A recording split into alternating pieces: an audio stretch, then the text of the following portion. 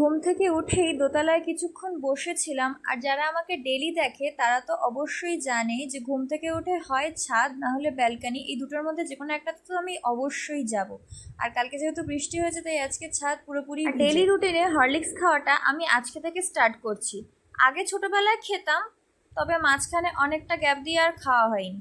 আজকে থেকে সেটা আবার শুরু করছি। তারপরেই আমি, ভাই, মা তিনজনে মিলে একটু গল্প করে নিচ্ছি।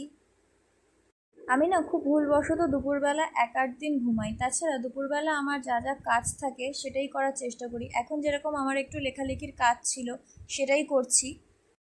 বিকেলের দিকে এই মেঘলা ওয়েদারটা আমার বরাবরই খুব ভালো লাগে, না ঠান্ডা না গরম।